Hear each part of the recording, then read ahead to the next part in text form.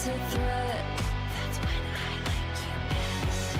Hey, how you been? I've been thinking about your skin when you're pressed up against mine. Word is on the street, chew up everyone you meet, but you take me to cloud nine. Wine and dine, I'll make you mine. Tie me with a rope, no it isn't just a cope, I just like you better when you're cold. I like you best when your head's between my legs. Wrap your fingers round my neck, try to catch your breath. Send kisses down my chest, make the walls turn a bright red. I can't tell if it's a threat, that's when I like you best. Drooling like a dog, were you one of Pavlov's? On your knees begging for a taste.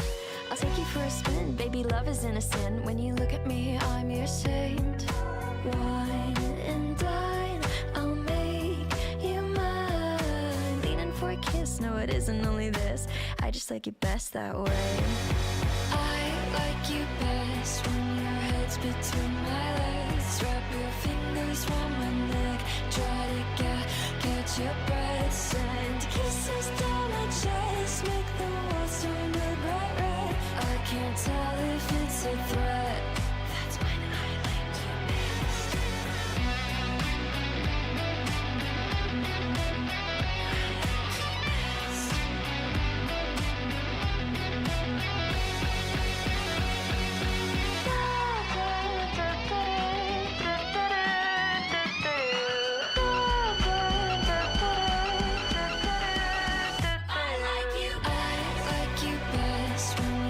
Between my legs, wrap your fingers round my neck, try to catch your breath. Send kisses down my chest, make the walls turn a bright red. I can't tell if it's a threat, that's when I like you best.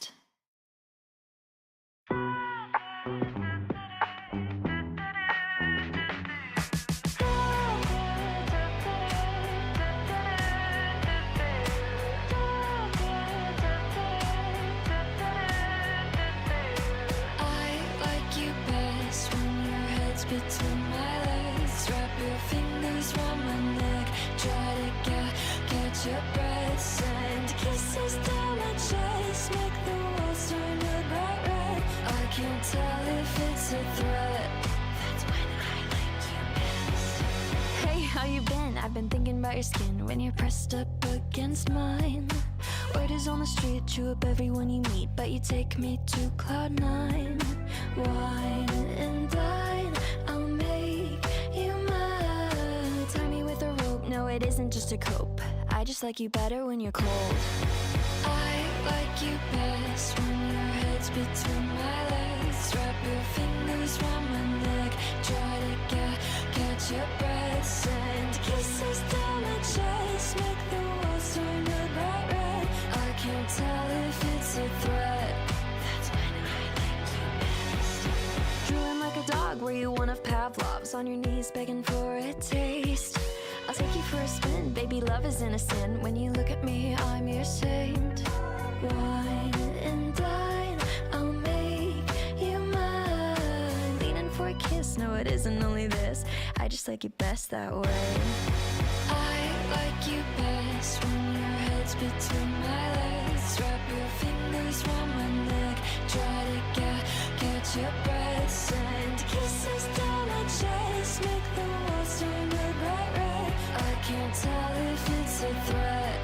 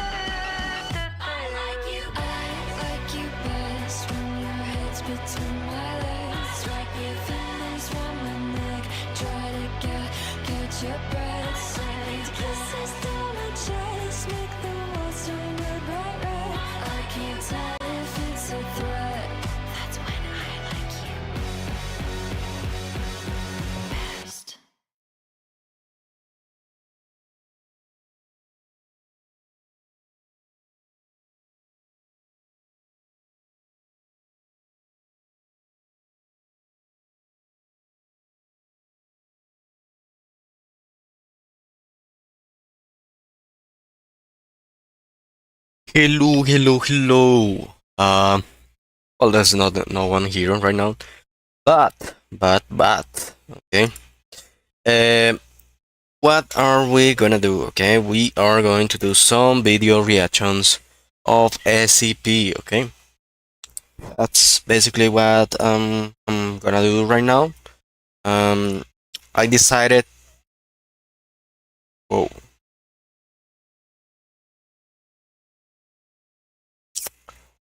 um, hopefully it's nothing from. Hopefully. Um, this right here. Um, I don't know if I should actually. Um, yeah, probably I'm gonna do that. Love.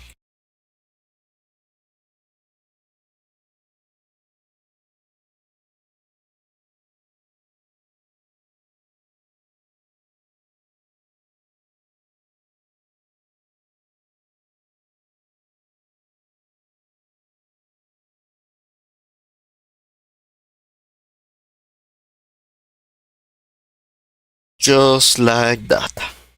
Yeah. So, hello. And welcome this video. This live. We are going to start doing some SCP reactions. The reason is because I love SCPs, and there are some SCPs that some people have wanted me to react to.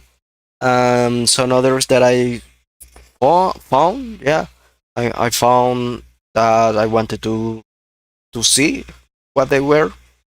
Well, just basically just that. Let's start with this film. This is from Crawford Films, SCP The Corpse. Okay, that's a live action film. So that being said, um, let's put this like that. Um,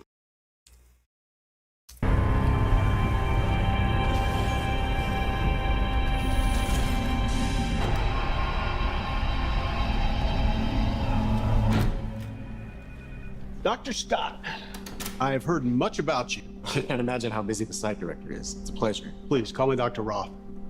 I apologize for suspending tests at Safe Class. I hope it wasn't an inconvenience.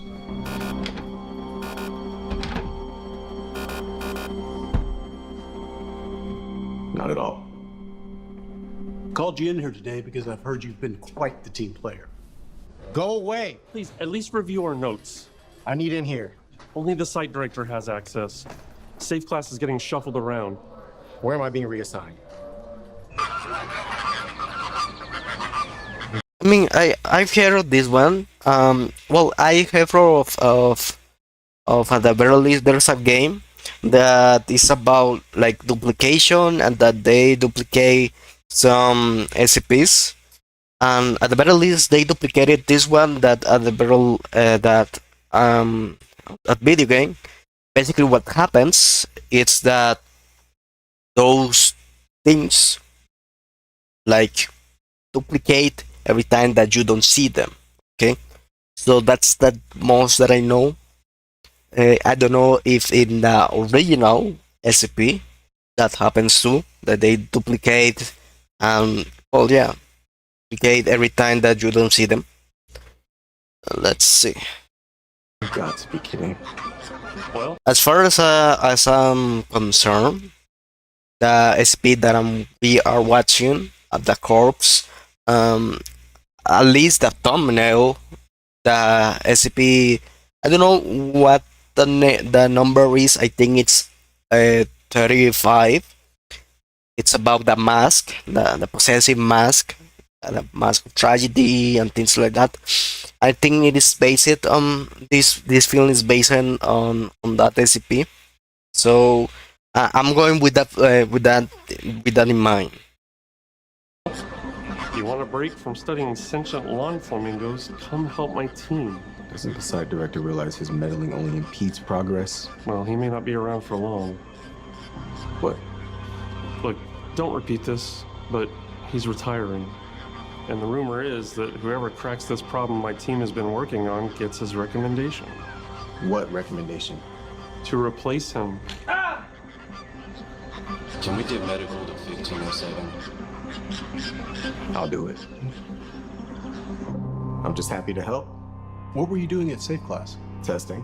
SCP-3348. You know, I used to be much better at this. I don't recall 3348. Neither do I. Hume sensors detected SCP-3348 lying in the grass outside the Foundation one day. Little is known of the author, but he did include a note identifying the object as a fraction of the ancient language of the Kaijanithionians. It's the only evidence of their existence. It reads like a handwritten dictionary. But if you speak the words near an object or a person with I think I heard of this. At the very least, there's an SCP that it's about forbidden dictionary. I don't know if this is the one. That is, it depends if it is a verb, an adjective, or something like that. I think that's how it works, and that it has different effects depending on what is about. It's a verb or it's a adjective, or there's a third one. I don't recall. A noun. I think that's the order. That if you say, I don't know, walk, you can actually walk the person that is near or something like that. That's the gist of that. Okay, I'm sorry for my English too. I'm trying to work on it. the characteristics of that definition. It reads like a handwritten dictionary. But if you speak the words near an object or a person with the characteristics of that definition,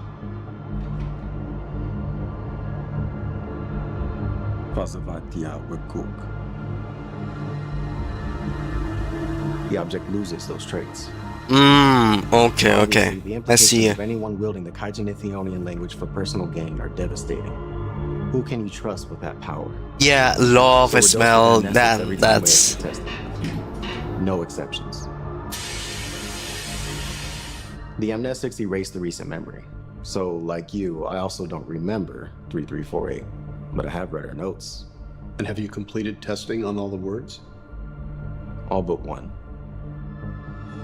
There is a censored entry. We don't know why, we don't remember who censored it. But the consensus is that it's too dangerous. And you've never considered peeking?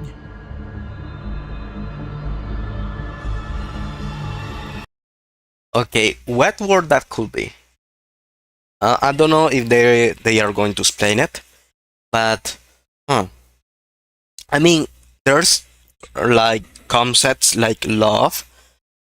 So I guess things like if you speak life, maybe it removes life or death, even something more spiritual. Mind, emotions. I don't think emotions could be something that you say it is really dangerous. Like I guess that it could be there on the dictionary, but not to the point to be forbidden. So I'm trying to think which words could be forbidden, like life, death, or something more. I don't know, memories, freedom, free will. I don't know. There's so many things that could be like that. Could be the word that we are looking for.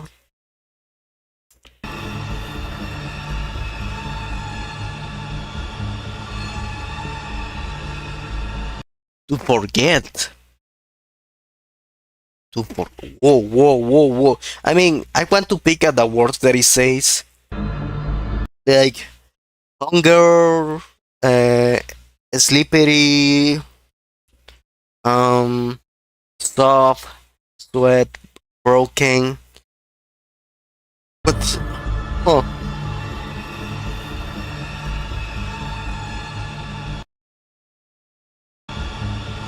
yeah, to forget. What do you mean to forget? Okay, so maybe oh, I get it. I think that I get it.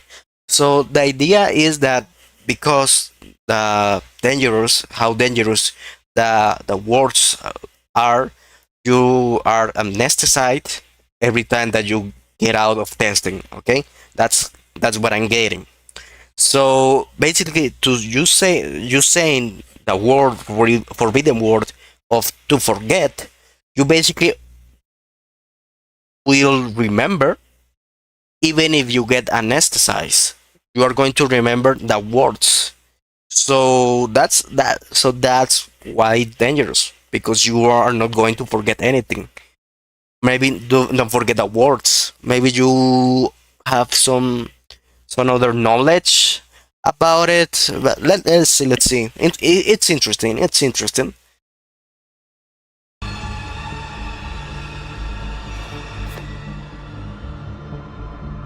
Never. Essen quote Bachman.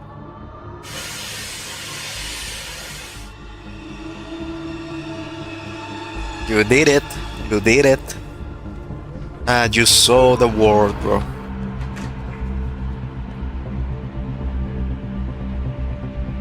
Essen quote Bachman.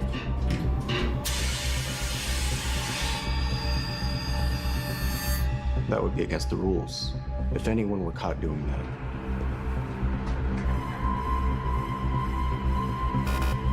Getting fired would be the least of your problems.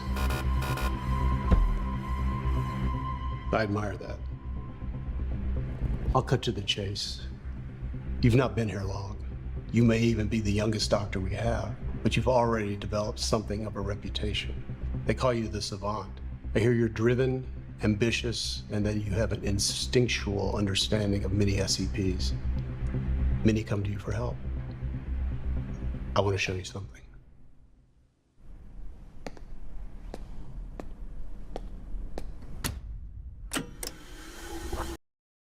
I know that I'm pausing a lot. I know, but I want to explain a bit more. I'm liking that this film. It's not just about SP, the mask that I thought that it's going to be like that, but actually it's explaining so many. At the very least, there's so many reference to other SCPs. So that's I'm liking quite a lot. Okay, liking it.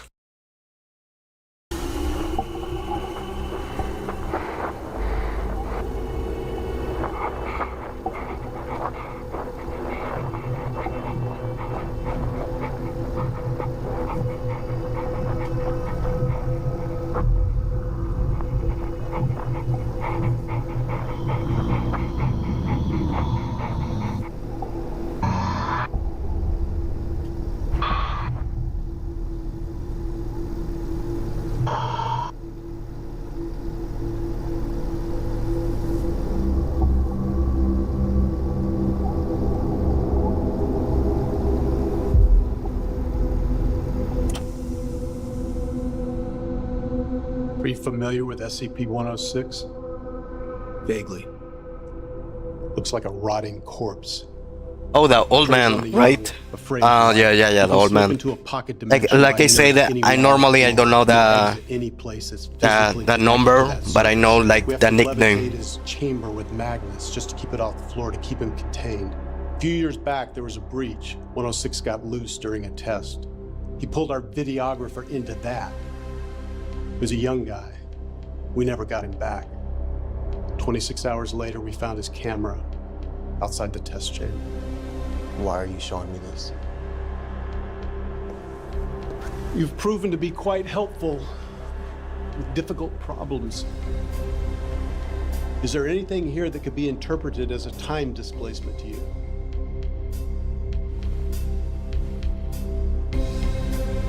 I had a colleague at the time. She worked a desk job here, nothing dangerous. The day 106 got loose, she had brought her 11-year-old daughter to work. She was the youngest person in the building.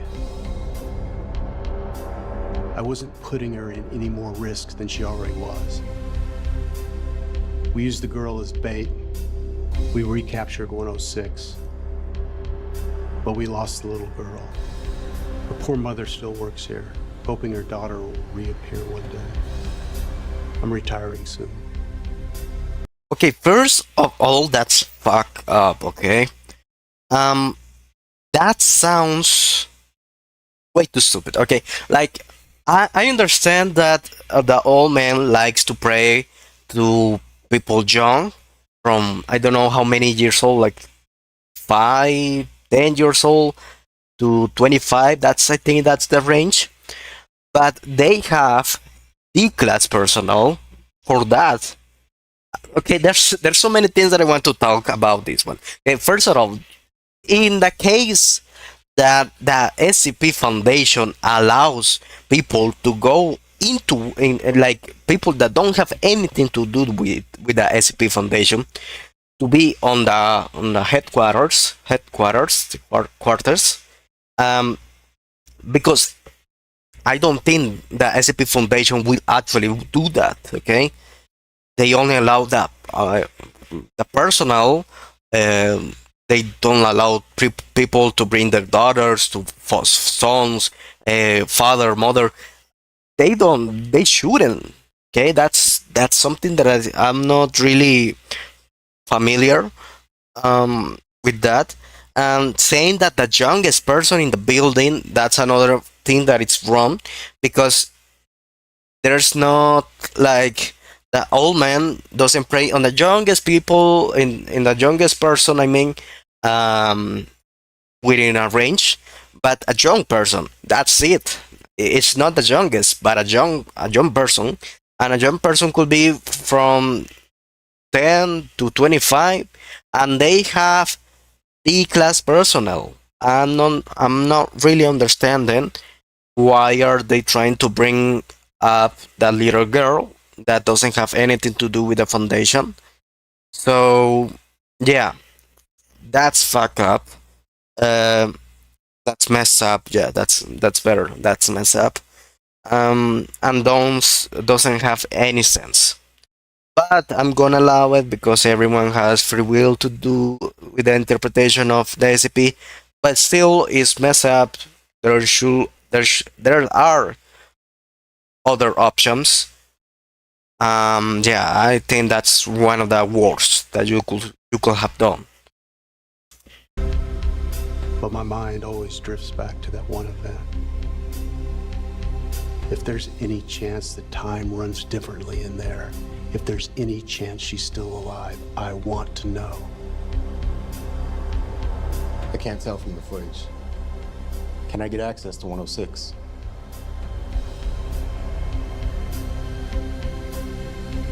Too dangerous. I can't risk another containment breach. Even if I wanted to do more testing, 106 requires a unanimous council vote. We'd never get it.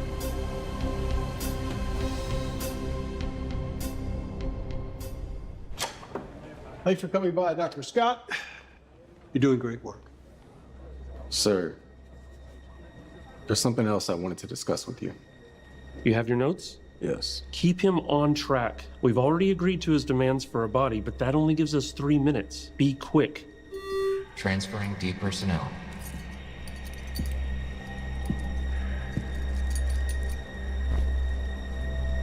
Guards clear, you are go to open transfer case.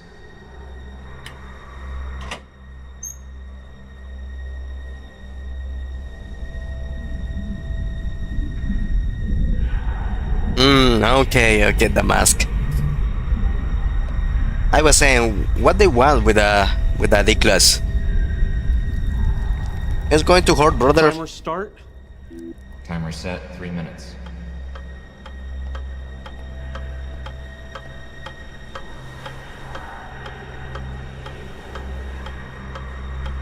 .035, can you hear me?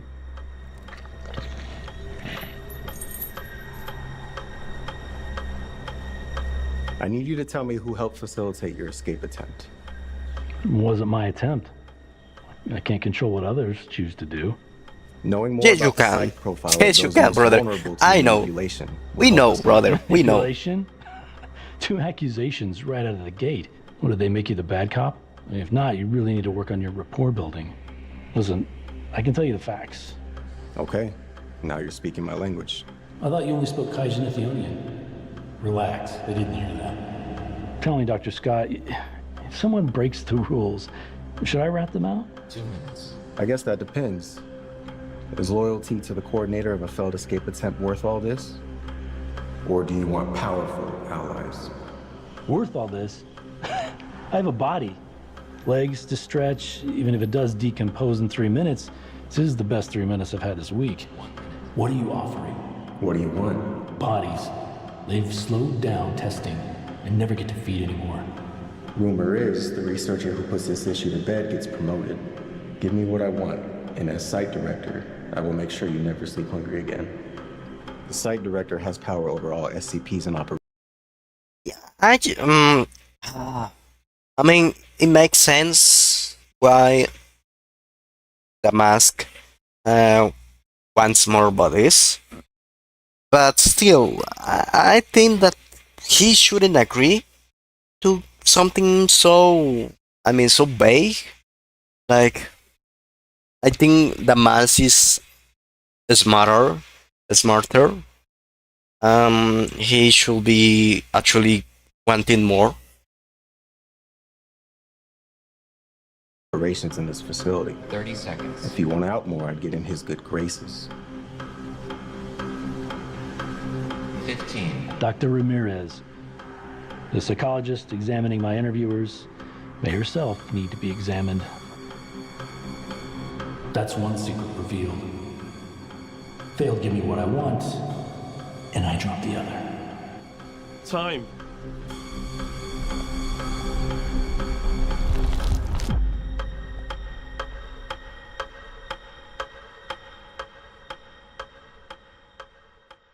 That's a shame. I like Ramirez. Appealing to O35's desire for a stronger alliance in that way, that was clever. The site director is the person to know. Which reminds me, I know you've been considering who to recommend as a replacement. I'd like to put my name forward. I appreciate the zeal, but I don't think you're ready. But sir, Look, you're doing great work, but you're still very inexperienced. But you said it yourself. The other scientists respect me. I believe I've proven myself. Aaron, I was told whoever cracked the 035 escape attempt would be getting your recommendation. even if that were true, I'd recommend the team lead, not a random researcher. Aaron, you're still young. Go out, find a wife. Do not make this foundation your entire life. This foundation already is my life. I deserve the position. Well, frankly, you've yet to display the temperament necessary.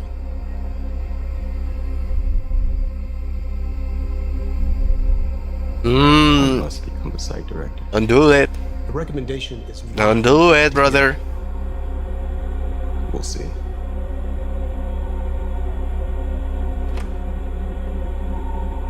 Marge, remind me to conduct an employee review on Dr. Aaron Scott. Mark it urgent. I'm going to give you one more chance to promote me. Are you making a threat, Dr. Scott? But first, I'm going to tell you a story. Imagine I left this room very angry. 1, 2, 3, 4. I went straight to 106's chamber. Hey, is there anything scheduled for 106 today? And I disabled the suspensions. Doc Finride docks my field. SCP-106's chamber suspensions Oh, okay. Okay, I'm liking. We go into I'm liking it. I'm liking it. Now, floodlights on! It wouldn't matter. 106 is missing. 106 would take me.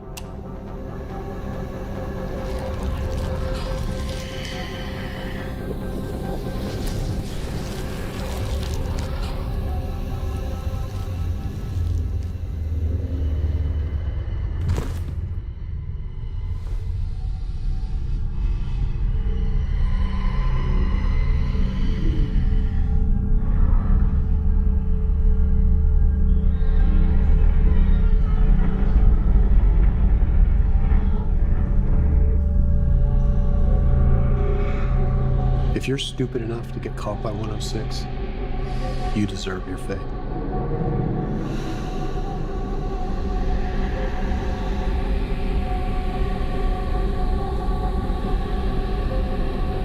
that this is only imagination, right? It's not really happening.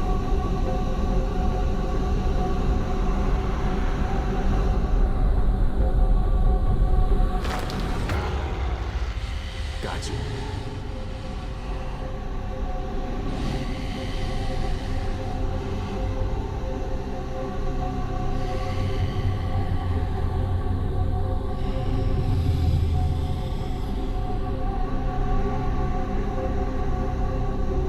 $736, $735. He'd never let you go.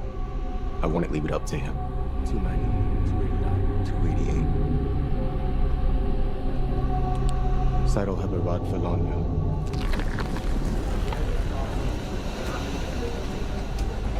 I'd kill you. And as long as I hired no one younger than myself and was able to fend off his occasional abduction attempts, 106's pocket dimension would give me discreet, unrestricted access to the entire site. This is your last chance, Site Director Roth.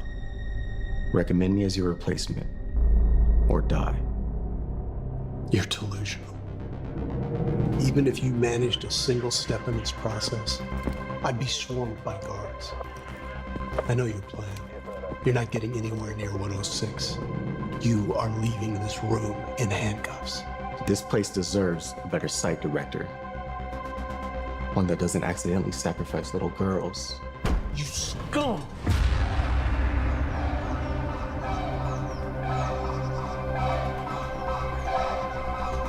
What happened? You don't remember? Maybe you shouldn't leave your coffee mug so close to the walls then.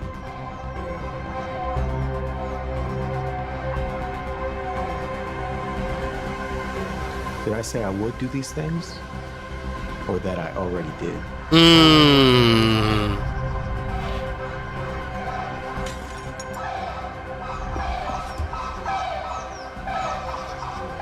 Okay.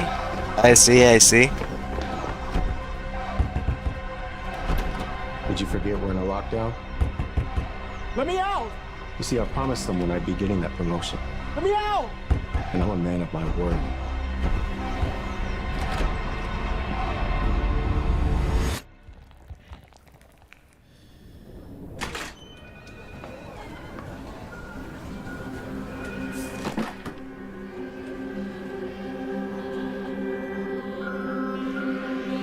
To my fellow scientists, years ago, poor leadership robbed you of your daughter.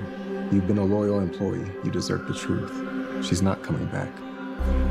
Sometimes difficult choices must be made, but incompetence can never be excused. Okay, okay. I like it. As site director, I can promise competence, vigilance. I promise to always put the best interests of the Foundation first.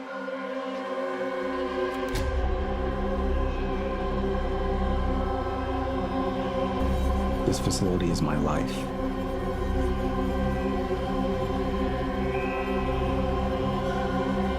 And I can promise you this. From now on, employees will always get what they deserve.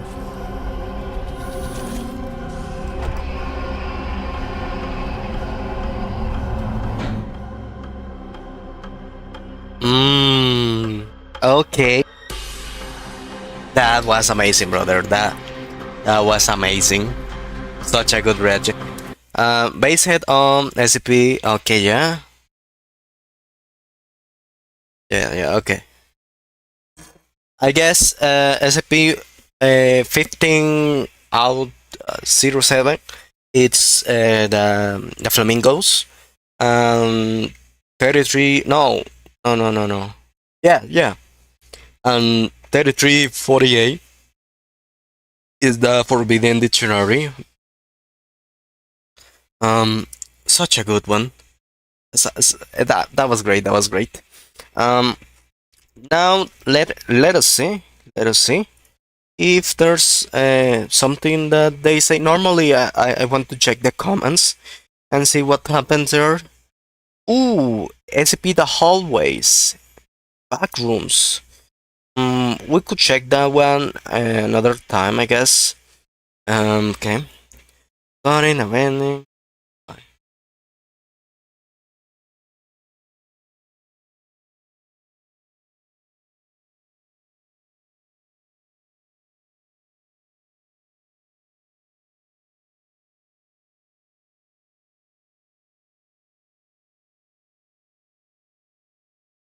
Okay, he's complaining. Why did he need the mask help? Um,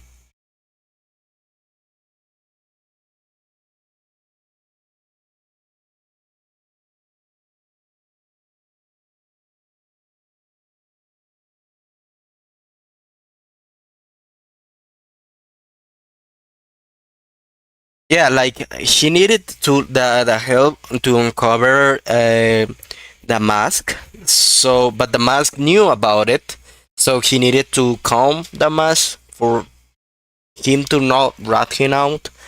Yeah, I'm not. Ooh, that there's no anti-memetics division. That's one that I wanted to react to another time when someone see this. That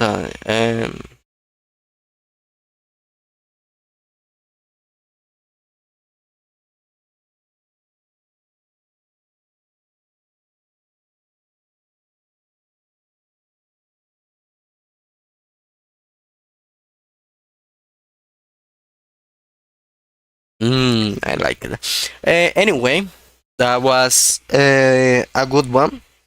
Now let's put it like here. Let us see. This is a recommendation of Big Boy as far as I'm concerned. And it's called SCP-8060 Toontown. Okay, so I guess it's a Toontown. And let's English. I normally like to speed this up like this, so we are not like 1 hour and 30 minutes.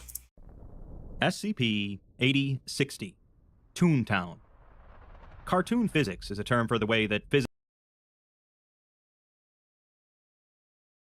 and biology. SCP-8060 Toontown. Cartoon physics is a term for the way that physics and biology often function in animated cartoons, with a wide range of applications. Oftentimes, physics works as expected for the real world, but many times, characters will purposefully or accidentally bend and break laws of nature for humorous effect. This includes gravity not taking effect until a character reacts to it, drawing a hole with paint and making it real, or bodies being grossly mutilated or disassembled only to be reassembled without a scratch moments later. Right. This sort of playful bending of natural laws is rarely seen out of a humorous context, but SCP-8060 raises the question on if a human entered into a world that ran on cartoon physics. The result is, okay. Of course, not humorous whatsoever. That's funny. That's funny. The cartoon world turns out to be far closer to a nightmare than a dream. Let's take a look. SCP-8060 is the unreleased series finale of Society Town and the anomalous phenomena surrounding said finale. Society Town was an educational animated children's show produced by Sputnik Studio. SCP-8060 is the unreleased series finale of Society Town and the anomalous phenomena surrounding said finale. Society Town was an educational animated children's show produced by Sputnik Studios, a California-based animation studio founded in 1985 and since discovered to be in possession of several poorly understood paratechnological constructs that anomalously affected their production speed, creative output, and company reputation. They produced hundreds of pieces of media before becoming defunct, with a number of them gaining anomalous properties, including Society Town. The summary of the show, taken from the company's website, reads, "It's tough learning lessons the hard way, especially when you're a kid. It can often be a bit frightening. Sometimes it makes it difficult to want to try at all. Grady Mitchell knew this feeling all too well. He just never knew the right things to say. At least, that was until one special day when he and his friends discovered a lovely bridge within the outskirts of their humble home. Across that bridge, Society Town awaits. A magical realm full of many wonderful and patient creatures, ready to share their boundless knowledge to those in need of some advice. Join Grady, Susie, and Rochelle as they discover that learning to do the right thing doesn't have to be scary. Just remember to say please." The show first aired on the company's own television channel, Sput Station, during their Little Cadets block of programming between 2001 and 2010, with reruns still remaining in syndication. Home media for Society Town is still popular with parents of neuroatypical children, and the show remains one of the studio's most popular and successful. Episodes were each 24 minutes long, typically containing 2 individual 12-minute stories. In most plotlines, the characters of Grady, Susie, and Rochelle would encounter a resident of Society Town and help them to resolve a problem by utilizing a specific social skill. The finale was titled Acceptance and Saying Goodbye, and according to a promotional summary, it involved the protagonists of Society Town having to move from their hometown, forcing the 3 characters to come to terms with leaving the titular magical town behind. Specific details beyond this are scarce, but it is believed that the finale was being developed with the goal of bringing the series to a close, teaching viewers how to cope with loss or change, and to reflect on the events and lessons taught throughout the series. The anomalous properties of the episode are activated when a human subject actively seeks out previously unrecovered information regarding it.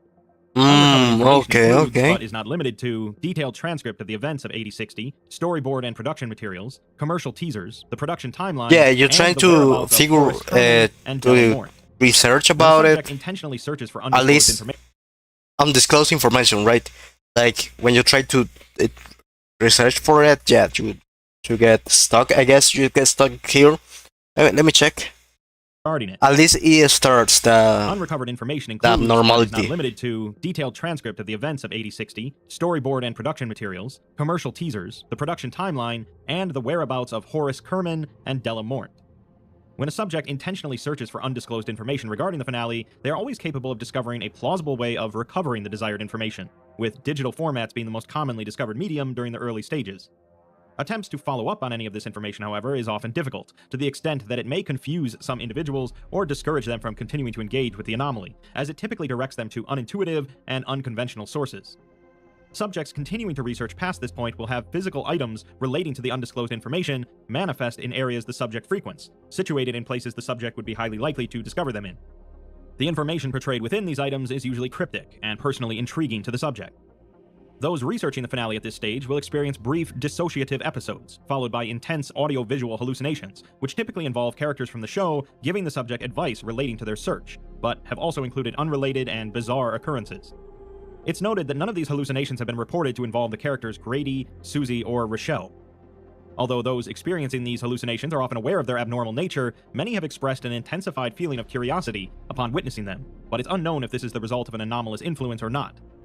By combining elements from information they have gathered up to this point, often by esoteric means which wouldn't normally provide any valid solutions, the subject is able to acquire the location of an abandoned and typically isolated building near them. Subjects will invariably believe that this location will lead to the missing information they were seeking, and the dissociative and hallucinatory episodes will not dissipate until they follow through with the rest of the 8060 discovery process. Right, If right. the subject reaches the location, the abandoned building's entryways will lead to an extra-dimensional space, only accessible to the affected subject, and the building isn't anomalous under other conditions. After an indeterminable amount of time, subjects will return from the space through the same entryway, although 25% of subjects have so far not returned. The extra-dimensional space consists of an expansive and substantially altered reality of unknown makeup, resembling the titular town from Society Town, populated by a large number of Illusionari-class entities, or, in layman's terms, cartoon characters. These vary wildly in appearance, with some having been reported to resemble characters from the show, although most others recorded differ unpredictably in appearance and behavior. Events and processes transpiring within this space are poorly understood, as almost all data is in the form of personal accounts from subjects who have returned. Records from within the space are distorted and manipulated by unknown means, and to an unknown extent, although not to the point of unintelligibility. Subjects having exited the space are typically left with lasting psychological and biological alterations, which can vary in severity and visibility. This has been noted to cause difficulty for some to properly communicate what they learned or gathered while there. We're given a short log of some of the alterations experienced by some D-Class that went in and returned, starting with the least severe. One D-Class was recovered with 2 metallic growths upon his head, resembling television antennae, and an X-ray scan concluded that the antennae were protruding through the skull.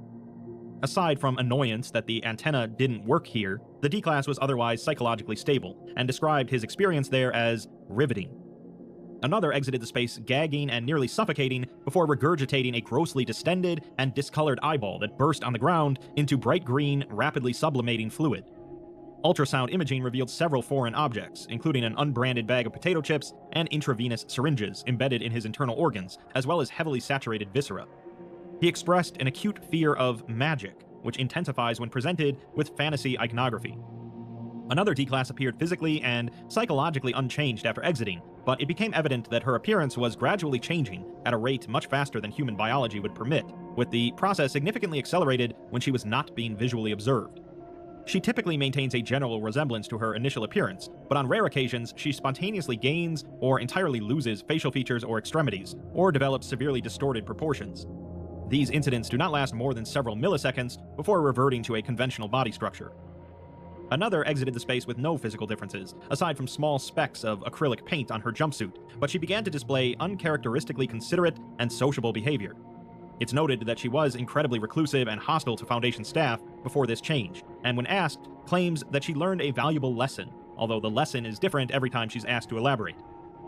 Another returned from the space demonstrating intense projected synesthesia and visual agnosia, rendering her incapable of distinguishing different objects or even different types of environmental stimulus. She no longer responds to human speech or writing and is usually unaware of the presence of other human beings, often appearing confused about her surroundings, even after several weeks, but almost never alarmed or upset. The last one listed returned unresponsive, being host to an Illusionari-class entity referring to itself as Fuzznuz, which currently manifests as a pair of plastic, googly eyes stuck upon the D-Class's eye sockets, along with a diffuse mass of colorful pipe cleaners entangled around and constricting the subject's brain. It's unclear how the D-Class's brain has not yet hemorrhaged from the pressure inflicted by the pipe cleaners. Fuzznuz is manic and unstable, throwing tantrums when not granted access to art supplies, and a separate SCP classification is pending. Most subjects vocally reflect on their experience within the space positively, even if evidence suggests otherwise, and common descriptors of what transpires there involve an adventure or quest for the information the subject entered in search of. Further elaboration eventually devolves into nonsensical rambling. When they return and are capable of reporting newly discovered information relating to SCP-8060, the information is no longer subject to 8060's anomalous effects, and will not cause any anomalous incidents if directly or indirectly conveyed to other individuals. What transpires there involve an adventure or quest for the information the subject entered in search of. Further elaboration eventually devolves into nonsensical rambling. When they return and are capable of reporting newly discovered information relating to SCP-8060, the information is no longer subject to 8060's anomalous effects. And will not cause any anomalous incidents if directly or indirectly conveyed to. So when the information is already like they try to discover some information about Society Town, like this Toontown, okay, and when that happens, that they come back to the real world and they say all of this information, that information that they say is no longer abnormal, and it won't have any repercussions about it. Okay, I get it. It's an interesting concept. But let's see. It's only 12 minutes. Let's see about the other 1 hour that I have left. To other individuals. SCP-8060 was first brought to the Foundation's attention through the activity of Robert Louis Arnold, who was reported missing by his family on April 19, 2021. Arnold had run a moderately successful online video channel centered on reviewing and discussing children's animation, and had released a video titled "The Society Town Finale is Not Gone," 3 days before his disappearance. This video was notable for being posted outside of his typical schedule, being several times longer than his other published videos, and for its unusual style, with Arnold being erratic and appearing to be in poor health, with the video seeming to be both unscripted and unedited. In the video, Arnold presents evidence for the current existence of complete copies of the finale, and explains his process of collecting that evidence. A Foundation researcher, Rowan Raster, was unable to reproduce Arnold's steps, as many of his sources of information did not appear to exist, but during the investigation, he inadvertently activated the anomalous properties of 8060. Upon discovering this, Raster disengaged and documented the anomalous characteristics. To date, 19 disappearances have been conclusively linked to 8060, with the majority of cases being individuals involved in lost media communities. 2 members of production staff at Sputnik Studios, Horace Kerman and Della Mornt, have been missing since the production of Society Town was completed, although all other members of production staff are accounted for, and demonstrate no anomalous properties or symptoms. It's currently unknown why the disappearances of Kerman and Mornt were never formally reported. That would certainly be enough for an SCP in its own right, but we're just getting started, and we're directed to an additional document that is only available to Site-433 staff. Okay, we get into the juicy stuff. 8060 had proved to be difficult to experimentally research, as D-Class subjects had to have an interest in uncovering the associated information, and several of them who exited the space were incapable of describing the retrieved information or their other experiences within. D-Class were also noted to lack training or expertise in interacting with Illusionari-class entities, leading to often unpredictable additional risks when subjects returned. Testing with D-Class was therefore put on hold, in lieu of sending in someone with more experience, so after much consideration, researcher Rowan Raster was chosen to head in part due to his past experience in neutralizing a Keter-class Illusionari-class entity. Rowan also has prior history with Sputnik Studios, as a former animator and director, first entering Foundation employment after it was discovered that one of his animation projects included elements resembling multiple confidential anomalous objects. These elements included a playground which holds humans prisoner, a disease that transforms organisms into mechanical robots. Let me check. Included elements resembling multiple confidential anomalous I didn't process the information that they were saying. Objects. These elements included a playground which holds humans prisoner. A playground that makes that multiple confidential and a playground which holds humans objects. These prisoner. elements included a playground which holds humans prisoner, Like the playground doesn't let people get out, I guess. a disease that transforms organisms into mechanical robots, Organisms into mechanical robots. That's okay. That one sounds more like I think. I mean, it wasn't a disease, but I think it was some kind of blood from the broken mechanical god. I forgot that name, but you know it. Mechan. I think more or less like that. That if you touch it or you inject yourself with it, you become like biological, mechanical, something like that. Maybe it's a reference or something related to that. I don't know. Okay, let us see more. something redacted, and a toy bear that heals human children by creating. Ooh, okay. I mean, toy bear. I mean, we know there's a toy bear that heals people making fabric prosthetics. But it says human children. As far as I'm concerned, it's not really the SCP that I know. It's not only children. So I mean, there's some SCPs that sound very familiar, but at the same time, not. Creating fabric prosthetics. SCPs 1740, 217, 2000, and 2295. Okay. So yeah, those are the SCPs. Okay, I got it. Okay.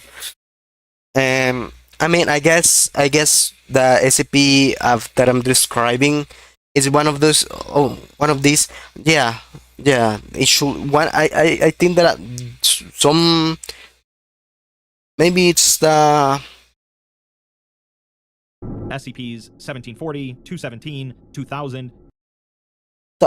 I don't know. I'm not really sure, but I guess it's the same that I'm describing, right?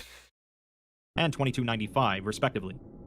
The details of these objects were sourced from Rowan's dreams, and were not an intentional act against the Foundation or proper containment of the associated objects. Finally, Rowan previously interacted with and formally discovered 8060's anomalous properties, and had already demonstrated an ability to engage with 8060 in a controlled and responsible way.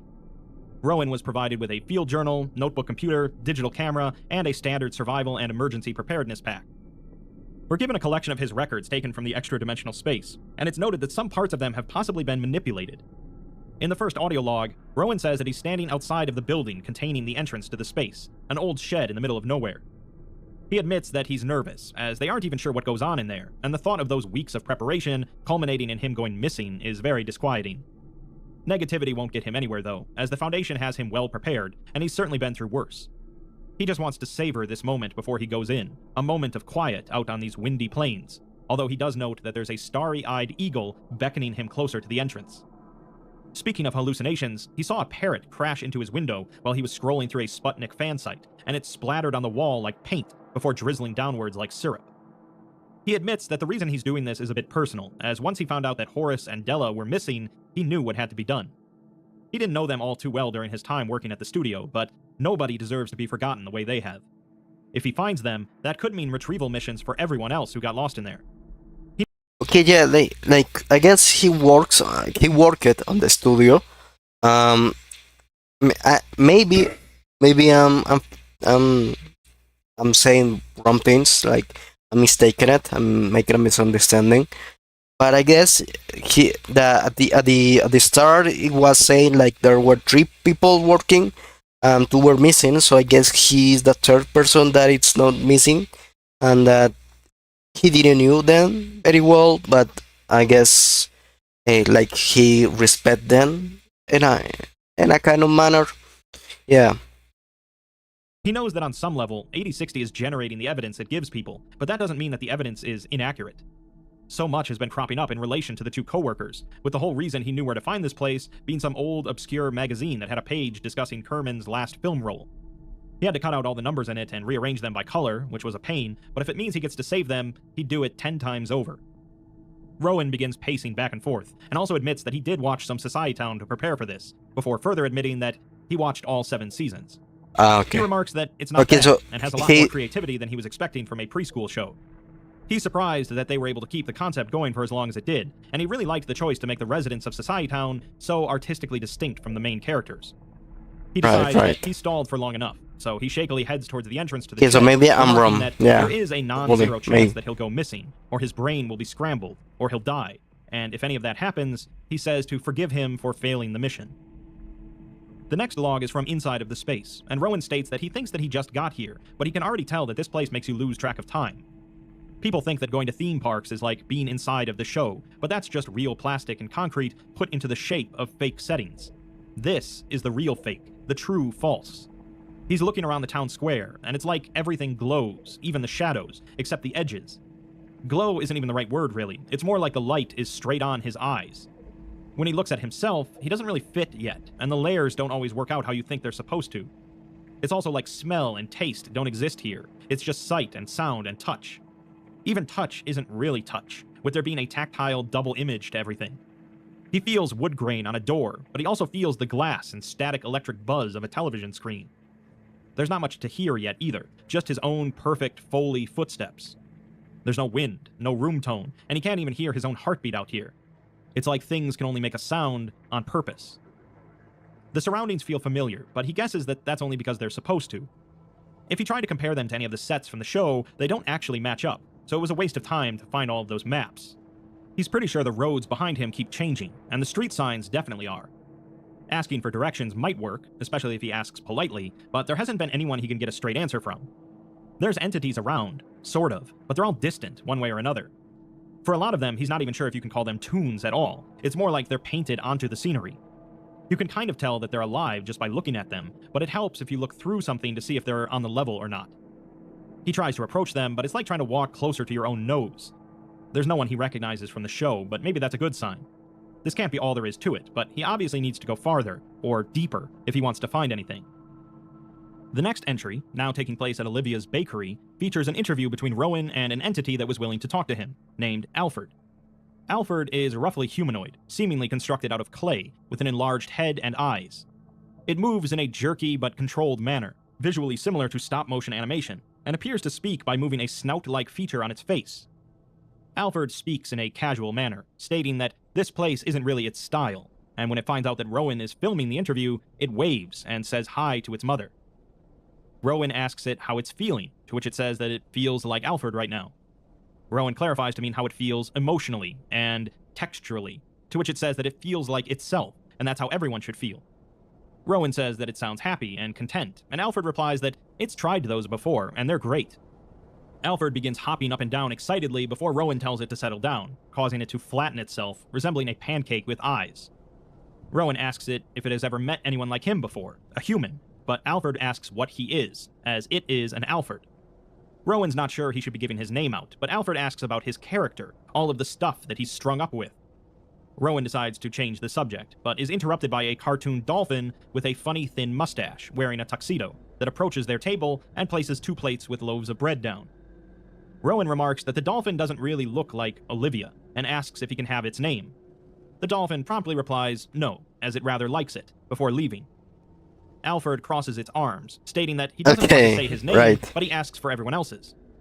Rowan stutters in response, causing Alfred to break out in laughter in a piercing high-pitched tone, as Rowan clasps his hands over his ears. Alfred says that it was just playing with him, and comments that he doesn't look so good.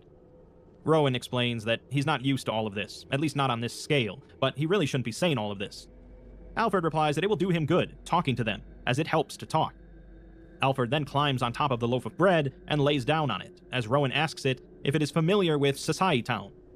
Alfred has never heard of it, though, stating that it just fell from space. It kind of deserved it, though, as it was being a bit naughty. Rowan says that there's a lot of questions on that, but decides to be blunt, and asks if Alfred is aware that Society Town is a show. Alfred just asks if this all looks like a show, to which Rowan looks around and says, yeah. Rowan then states that its name is Alfred, and it's an alien with a snout, so he asks if it's at all related to Alf, the sitcom with that puppet. Alfred just replies that he's already slipping a bit, and he sounds silly. He really should eat something. Rowan replies that he brought his own food, and he's not really hungry. He only came here because he thought Alfred would like it, but Alfred says that it doesn't eat. Its mom doesn't like it when it eats, saying that it's a waste of food. But then it says that it's joking, it just doesn't have a mouth and doesn't need to eat. Its mom did kick it out of its planet, though. The dolphin then suddenly rushes towards Rowan and slams both of its fins on the table, its teeth bared, and one of its pupils is transformed into a spiraling shape. The tone and volume of its voice remains the same as before, however, as it asks if Rowan is appreciating his experience here and if he doesn't want his bread. Alfred exclaims that it likes the way the dolphin says "sir" and wants it to say it until it's the only word it can remember. The dolphin orders Rowan to eat the bread, so Rowan complies. Okay, imagine if you are in a world like with toon characters that act like they are toon characters. Like, it's just way too weird. Like, it's like Alicia Wonderland, I think that's how they call it. Like, everyone is crazy, everyone does weird things. It will be really awkward to be in a world like that, okay? That's what I'm thinking. Noting that the bread slightly sinks into his hands. He takes a bite, and the scene flickers before cutting to the outside of the bakery. The pitter-patter of rain can be heard, washing down on Rowan's real flesh body. I'll note that this is definitely a section that has been manipulated. Rowan is coughing up something which must not be agreeing with him. But can food agree? He swears, stating that he shouldn't have done that, but the scene flickers again, the camera now showing a cloudy sky. It is now daytime, and Rowan picks up the camera and pans it to his face, stating, "Rise and shine." The next entry shows Rowan in a large indoor space, resembling a theater. On stage, there is a set composed of cut wooden boards painted to resemble ocean waves, a beach, and a palm tree. Rowan calls out to ask if anyone is here that feels like talking, but gets no response. He states that he was hoping to find a location from the show so he could find a resident of Societytown. Everyone else has been nice, or at least harmless, but he really needs to find someone who knows. He recognizes this place from the first segment of Season 5, Episode 11, Stage Fright, but then corrects himself to say that it was the second segment. He climbs onto the stage as some movement is seen in the rafters, and he says that this place is much bigger than it was on the show, and it's darker too, but he never saw it when it was empty. Rowan proceeds behind the curtains, finding a folding director's chair with the word Osgood printed on it. The chair abruptly folds on its own, lifts off the ground, and begins slowly moving into the backstage area as if it was being carried. Rowan follows and asks if that's Osgood and if they can show themselves. The lights of the theater suddenly go out, leaving Rowan in the dark, and a crash is heard, seemingly from him dropping the camera. Rowan says that this isn't right, as there is no such thing as darkness here. He then flips on a light switch, illuminating the area, which appears to be a wardrobe area, with many of the racks of clothing, including large fur coats. There's also a child-sized, furry creature here, but Rowan doesn't seem to notice it. He moves to the door, but stops before turning the doorknob, stating that he wishes there was music here. He doesn't know what's on the other side now, and he kind of wishes that he could see the sky again. He then mentions that cartoon characters almost never walk through doors. They just appear where they need to be, unless they open a door and stand shocked in the doorway. Rowan opens the door and exits the room into the same backstage area as before. The stage is visible, and the set has been removed. Rowan calls out to whoever did this, before being startled by a loud voice which says that it needs to get out of here now.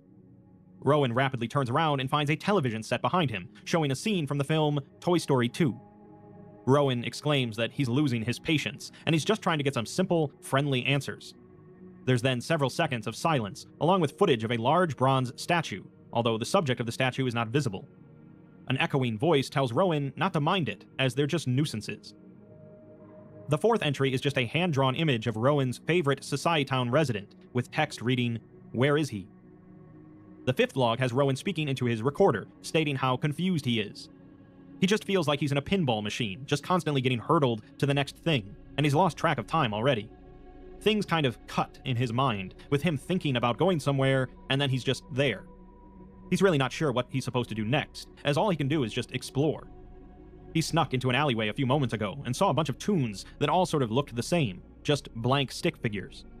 They were all punching and kicking each other, with some of them twitching on the ground with bent limbs. The sounds their bodies made whenever they got hit were so loud, and somehow he could tell that one of them was staring at him. He's not afraid of dying, as he can't die here, but it's so different when you're in the thick of it. He wonders what Horace and Della are experiencing out there. In the next log, Rowan finds an entity that actually resembles a character from the show, Misunderstood. They're walking down a residential street, with Rowan asking her if she minds being recorded. She replies that if she had a mind for that, she wouldn't be here, prompting Rowan to ask if she knows that she's from a show. She says that he misunderstands. She's a product of Societytown, as she has the character, but they are not in a show right now. If she turned on the television and saw this, she would be rather confused. They're not in Societytown right now, and she says that it's all a product, asking him what exactly he's looking for here. Rowan tells her that he's looking for two co-workers of his, Horace Kerman and Della Mort, to which she just calls them needles in a haystack. But it's okay, as everyone finds what they're looking for here. Rowan asks if she's seen people like him before, but she says that there hasn't been anyone like him, although she doesn't consider him special. Rowan then asks where exactly they are, if not Societytown, to which she says that there's only one answer she can give to those who ask that. She points a finger towards Rowan, touching his chest, and tells him to look inside himself and see. Rowan groans in frustration, asking if every question he asks is just going to lead to more questions, vague nonsense, and running in circles. He then says that she looks like Misunderstood and sounds like her, but doesn't act like her. Misunderstood replies that they don't always feel like tapping into it, causing Rowan to suddenly point at her and exclaim that maybe she should tap into it, as it's fun and he likes it, despite not knowing what it is. He then asks what they're doing to him, as he can feel the pressure on his brain, as if they're trying to give him an aneurysm, like 100 ideas pressed into his head. Misunderstood says that the aneurysm would be his choice, which is a strange way to have fun, but everyone has a vice. She thinks that he likes this, as he was smiling the entire time he yelled at her, and was smiling the entire time he was doing that silly voice. Rowan backs away and asks what voice, but she just smiles and tells him to remember her advice, before transforming into a rain cloud and drifting off into the sky. Rowan begins running after it, saying that he's sorry for misbehaving, and then says to just cut already to take him to the next part, because if he stays here longer, he's going to cry. A voice tells him that it's already in motion, and he has to learn from this experience. Rowan tries to hold it back, but begins crying. In the next log, Rowan is standing at the top of a traditional Dutch four-blade windmill. The blades are immobile, and he is trembling, trying to keep his balance, commenting that this was probably a bad idea. He didn't know where else to go, though, and he looks down to see the dolphin from before staring up at him. The dolphin tells him that running is not a healthy solution, and it's best to talk things out, but Rowan ignores it. He didn't think that the dolphin would be reoccurring, and he had completely forgotten about it until he saw it again. He doesn't think the dolphin can hear him, and he doesn't think that he can climb up with those flippers, but with cartoons, you never know. The dolphin says that it can barely remember why it was even mad at him, but Rowan comments that he's not going to think about what the dolphin is saying, as grasping for any meaning in their words is not a good idea. The dolphin tells him that it's dangerous for him to play up there, but Rowan says that he can never die, although he doesn't want to know what the dolphin will do if he goes down there. Rowan also says that he's been feeling more agile lately, and doubts he would have been able to climb up something like this in false life. He then turns the camera, showing a vast and labyrinthian city, with clouds swirling and two birds kissing each other in midair. Rowan says that he hates how much he loves this view, as the dolphin begins sobbing. Rowan groans and yells down to it in frustration, stating that he doesn't want to hear that, and he's not in the mood to hear anybody crying. He asks the dolphin what it even wants from him, as he ate the bread. The dolphin just stares at him as Rowan continues yelling, telling the dolphin to do some more deranged nonsense, as that's certainly easier than actually explaining anything. A light crackling sound is heard in the distance as the dolphin tells him to duck, but Rowan misunderstands it to be another nonsensical response. Before he can react, he turns as a massive light blue rocket ship flies into his chest. The footage suddenly cuts to an illustration of a shattered porcelain cat statue with the caption, "Technical difficulties, please stand by," for 5 minutes. The statue's pupils can be seen vibrating for the entirety of the image is on screen. Eventually, the footage cuts back to a grossly crooked and misshapen Rowan covered in soot and crashed onto a splintered floor within someone's destroyed bedroom. The camera is positioned above him and shows multiple limbs fractured in an exaggerated manner, and his neck is slightly bent. He begins to lift his body up as his limbs twist back into place. The suit covering his body flakes off, and his neck snaps upwards. He states that he's okay, before suddenly screaming and clutching his head in his hands. Tears stream down his face, and he curls into a fetal position, babbling and expressing various anxieties for 30 minutes. Yeah, like Finally, he's he looks up becoming at the like camera Dan, and I asks think. why it hasn't fallen down yet, as it suddenly descends and lands on his face. In the next log, Rowan is standing in a courtyard with a large bronze statue depicting a woman in a top hat and bow tie with a large mayoral sash. Rowan is speaking to an entity resembling the statue, Mayor Mayapple. Rowan tells her what an honor it is, and that if she can't help him, he doesn't know what to do. Mayapple tells him that he has nearly arrived, and when asked what role she plays here, she says that she leads him.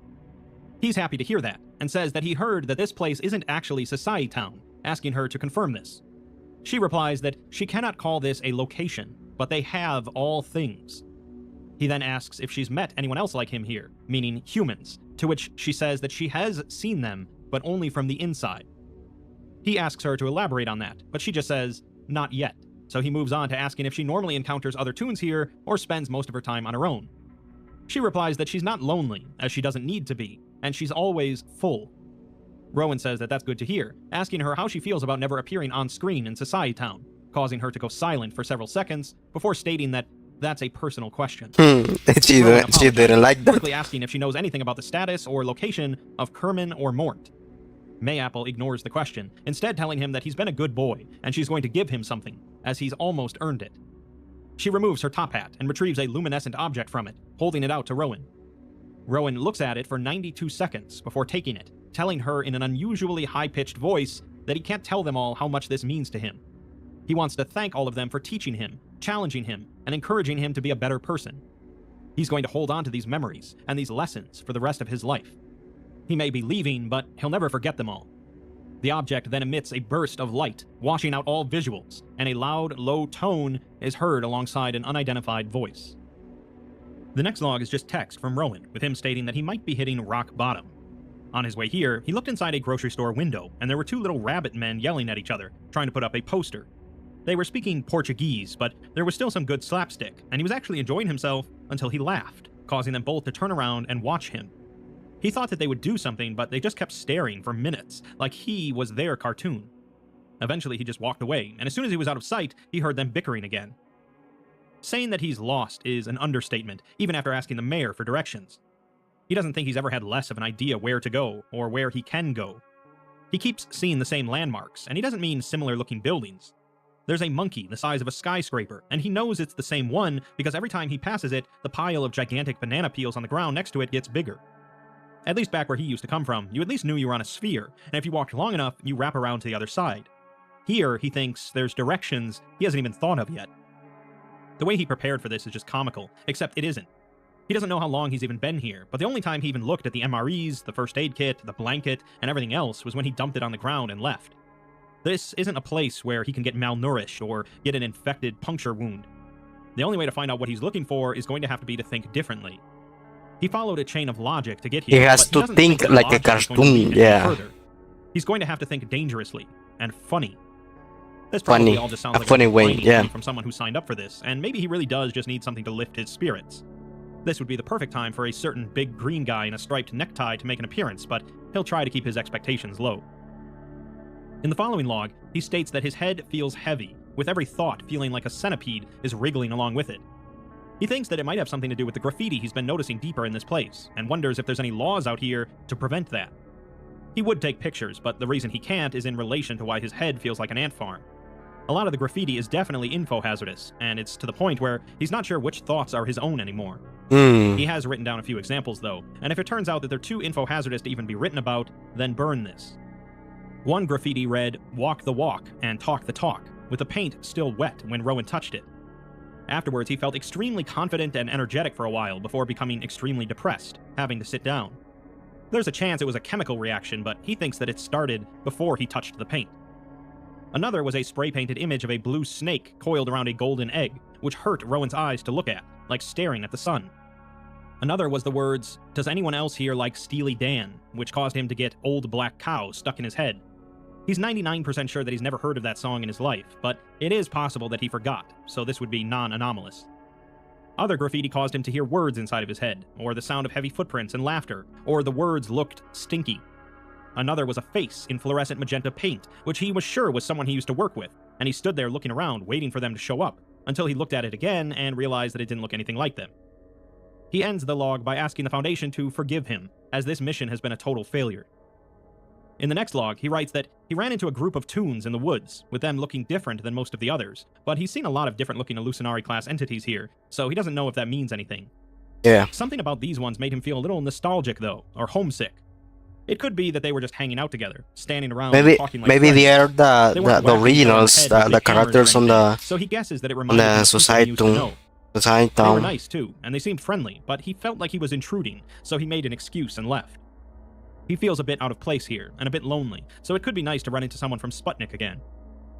The next entry is a voice log, and nearly the entirety of it has been marked as being possibly manipulated. Rowan says that it's getting harder and harder to tell what he's seen and what he's remembering, and the order of it all doesn't matter anymore. He's in his office at Sputnik, wiping drool off of his face after another night passed out there. He's in quarantine at Site-433, listening to Mildew's frantic questioning. He's standing waist-deep in cake frosting while giant multicolored bees try to lick him clean. He's laying on the dirt behind a shed, staring up at the orange-painted roof. He's laying in his crib, staring up at his father's enormous face. He's laying in a nursing home, staring up at a worried group of nurses. Everything feels realer now, realer than the Foundation, realer than the back of his hand. Now it's Every becoming color, like every line isn't just his there, reality, but there I on guess. purpose. And because that purpose is set in time, these forms can never really disappear, not like we can. He can see fingerprints on everything, and next to them he just feels like a lump of rotting sea foam taking on one shape after another through mindless random chance. He wants to be created too, even if it means he has to create himself. He did want this, even though he didn't know what it meant. Forget everything he said about duty, and ignore everything he's going to say about responsibility, as he wanted this. He still wants this, and wants more. When he said this place didn't have a smell, he was wrong. It's like how you can never smell your own house until you spend some time away from home, and he doesn't think he's been away from here before. In the next log, Rowan is walking through what appears to be a dark tunnel, with a pale green light at the end. The camera is following him from behind, and he's singing a song which seems to be a theme song for a cartoon. For the final verse, another voice begins faintly singing along with Rowan. He eventually notices and stops singing, but the voice finishes the song. Rowan calls out, turning around, but gets no response. In the last log, the camera is focused on a stationary painted landscape depicting green hills below a blue sky with several clouds, with a city skyline visible above some of the hills. Rowan is not visible, but his voice is audible as he states a few times that he's almost there. He appears to then tear through the surface of the hills, as if it was an elastic membrane. The scale and perspective of his surroundings are unclear, and Rowan is covered in smears of a viscous dark blue fluid, with more of the fluid appearing out of the hole he entered through. He states that he's here, and the perspective changes to a closer angle, now with the blue fluid and hole no longer visible. He calls out to Horace, and Della, and Grundon, saying that he dug as deep as he could, and that someone is supposed to tell him what he wants to know. He pounds his fist against the surface of the wall, producing a drum-like sound, and a child's voice speaks, telling him that he's supposed to knock before he enters. The perspective shifts again to a close-up of one of the painted clouds, which fades, revealing a cartoon in the form of a yellow sun with a human face. The perspective changes to frame both Rowan and the sun, and Rowan apologizes, saying that he's just frustrated, as he's been through a lot. The sun agrees, saying that he's gone through almost everything, so Rowan asks where everyone is then. The sun replies that most people who get this far don't stay, they go out, and it asks if that's what he wants to do. He asks if it means go home, and the sun says that maybe it's home, asking if he wants to see, and Rowan replies that it couldn't hurt just to look. The perspective returns to the close-up of the sun as its face swings away, exposing a circulature aperture through which the ocean is visible. Inside are a number of rapidly changing images, most of which are unidentifiable, including a rotting pumpkin, a flock of geese, Rowan's face, an erupting volcano, and a crying clown. The sun asks if this is what he wanted, and tears are shown on Rowan's face, as he calls it the Nemesini Expanse, stating that he thought he was already there. The sun replies that he was, just like he always was. He was in one pretty little abandoned seashell, and now he can go out into open ocean. Rowan thinks that it's too much, but the sun says that it isn't. It's everything. The sound of ocean currents gradually becomes louder, and Rowan's hair begins to stand on end, as if electrically charged. He says that he's not here for that. He just wants to learn about the episode and find the people who are lost. Images of Della Mort and Horace Kerman then appear in the ocean for a moment, before distorting, combining, and disintegrating, being replaced by an image of Rowan's face. Rowan's face warps and divides into three shapes, which develop into Grady, Susie, and Rochelle, and then sink into the water. The sun tells him that he can find what he's looking for, and everything else, so he won't have to choose. Rowan argues that he can't swim, but the sun says that maybe he can, and he won't know until he jumps in. He won't die, it can promise him that. Rowan doesn't respond for some time, appearing to be speaking to himself underneath the sound of crashing waves, before telling the sun that he's sorry, but he needs to complete his mission and then go back. The face of the sun swings shut, covering the view of the ocean, and it tells him that it thinks he's going in the wrong direction. The camera cuts to a close-up of Rowan's face, completely expressionless, before gritting his teeth and chuckling, asking what other directions does he have. He begins pulling his fingers across his face, lightly scratching it, before clutching his head. Suddenly, a light bulb manifests above him, lighting up, and he grins, putting his right hand into a fist and knocking on his chest.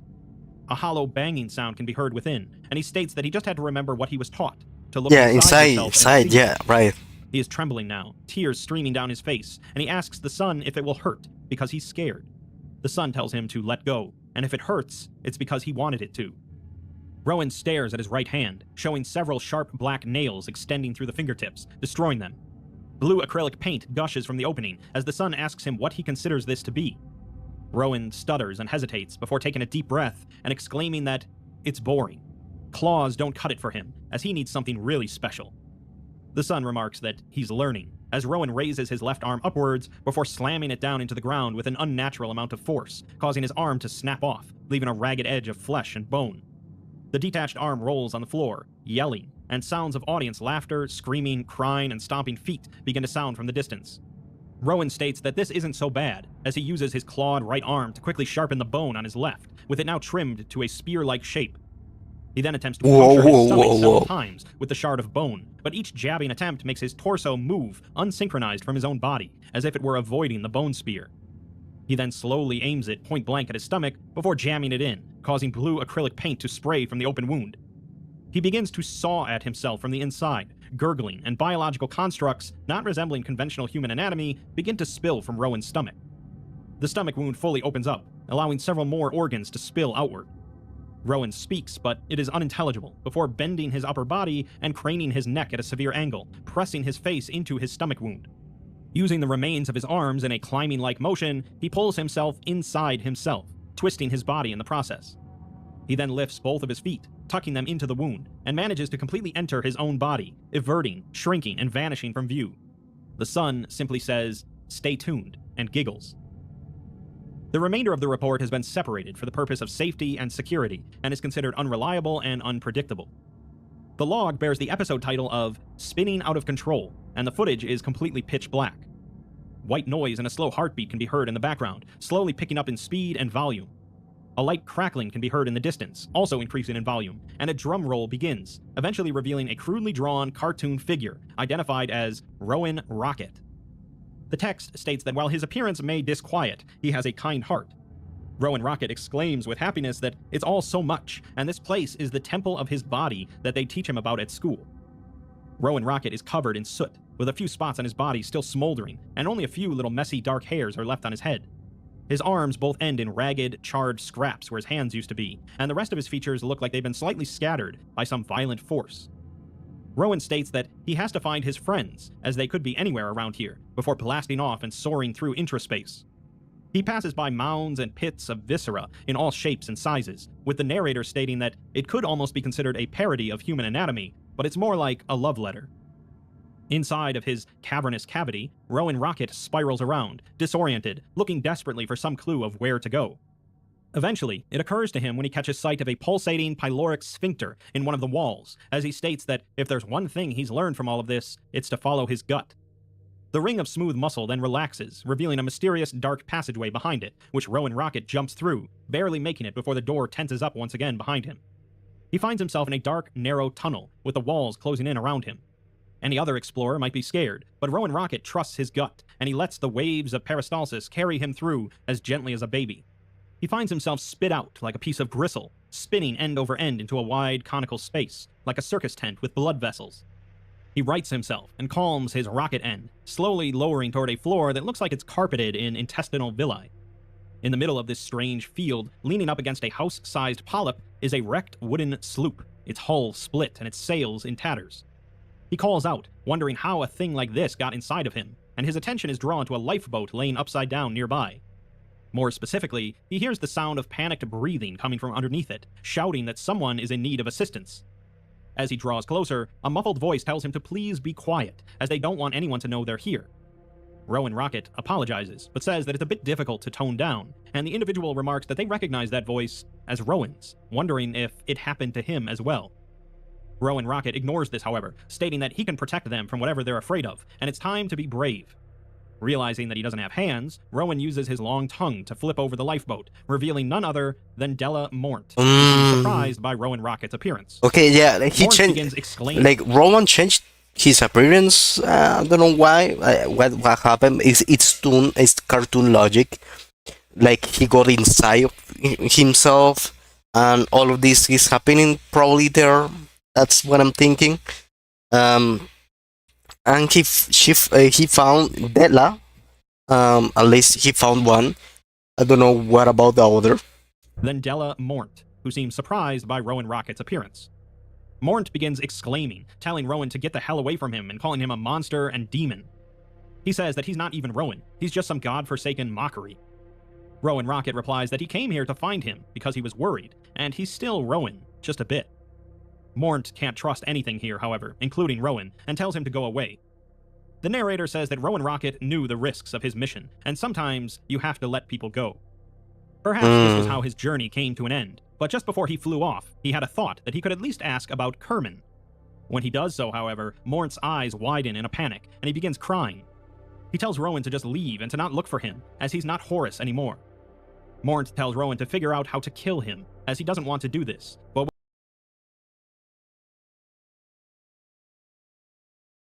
Horace anymore.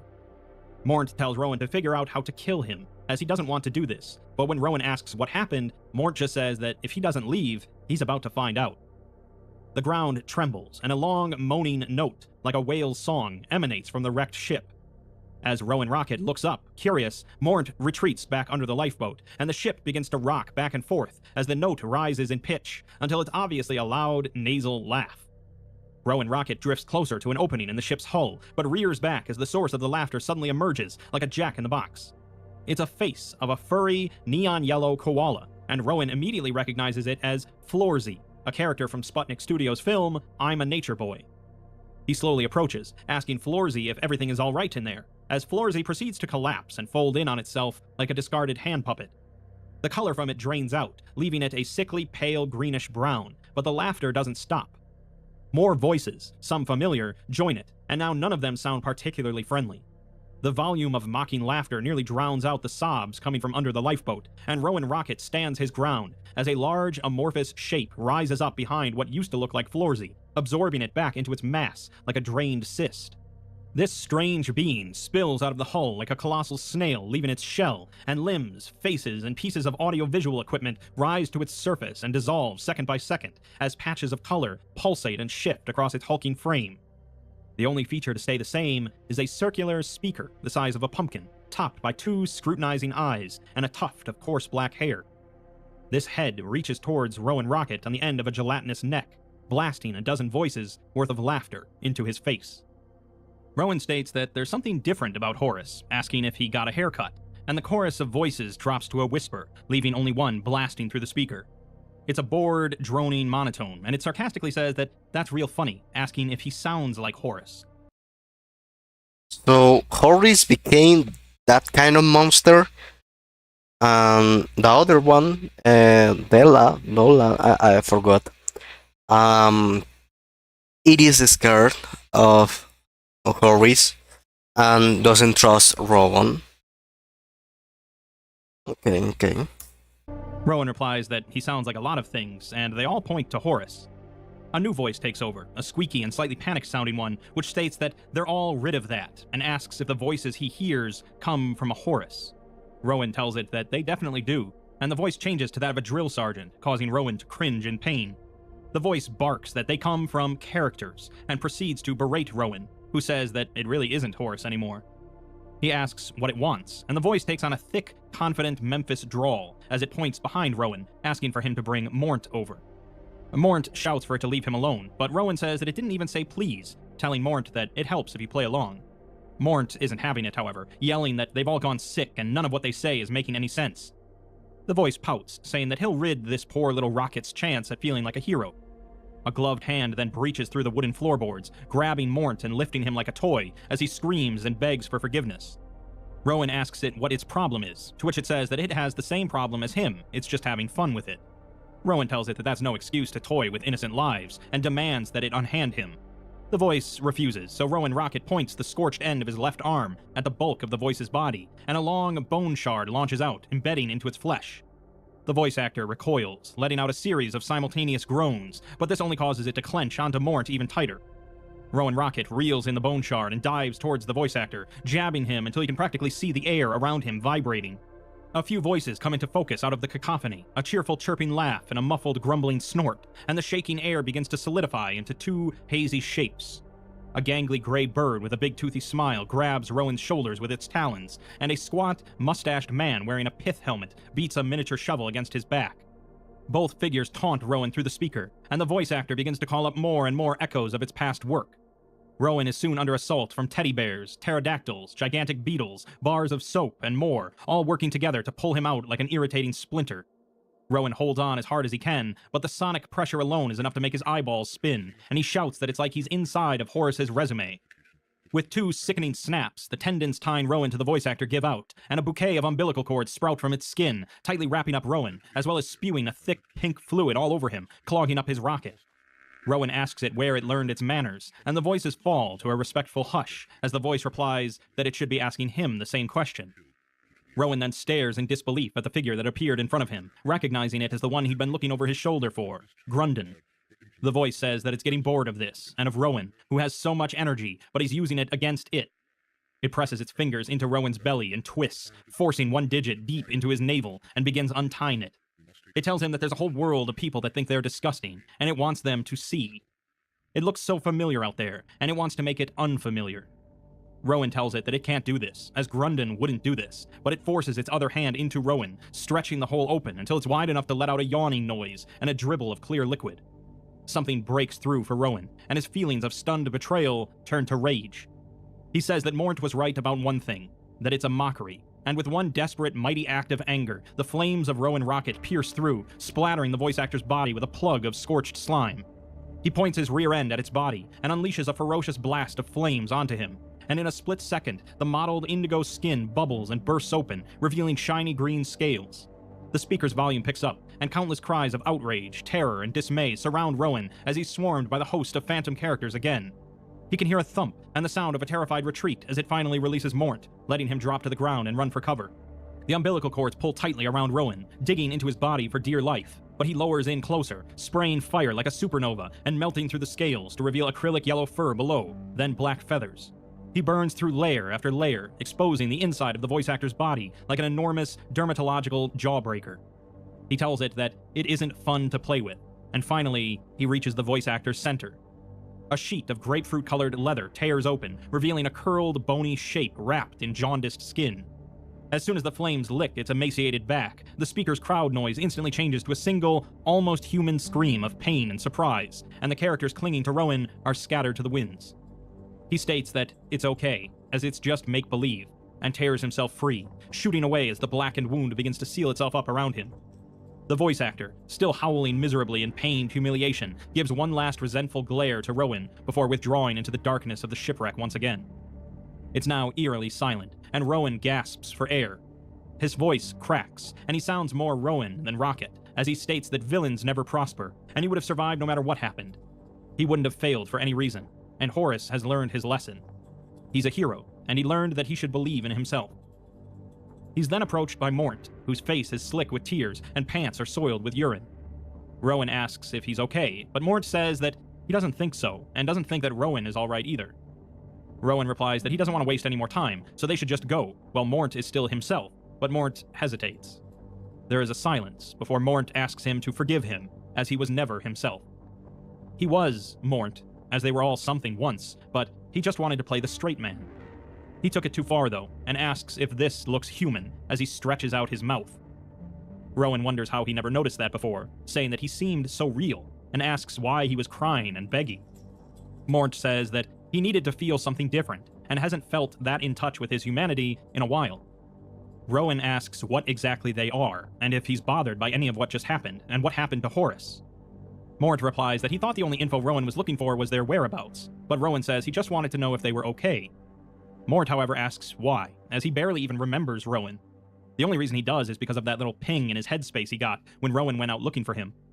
They barely talked, and probably passed by each other like 6 times. He didn't want anybody to look for him, but figured since Rowan was, he might as well put on a show. He's confused, and so is Rowan, and they both admit that what they want to do is break, so they proceed to cry and scream and scratch at their skin. Afterwards, Mort tells Rowan not to tell anyone about his whereabouts, but Rowan isn't sure that he'll be able to, as he doesn't think that this ever ends. Mort assures him that everything comes to an end eventually, but Rowan forgets what he was talking about.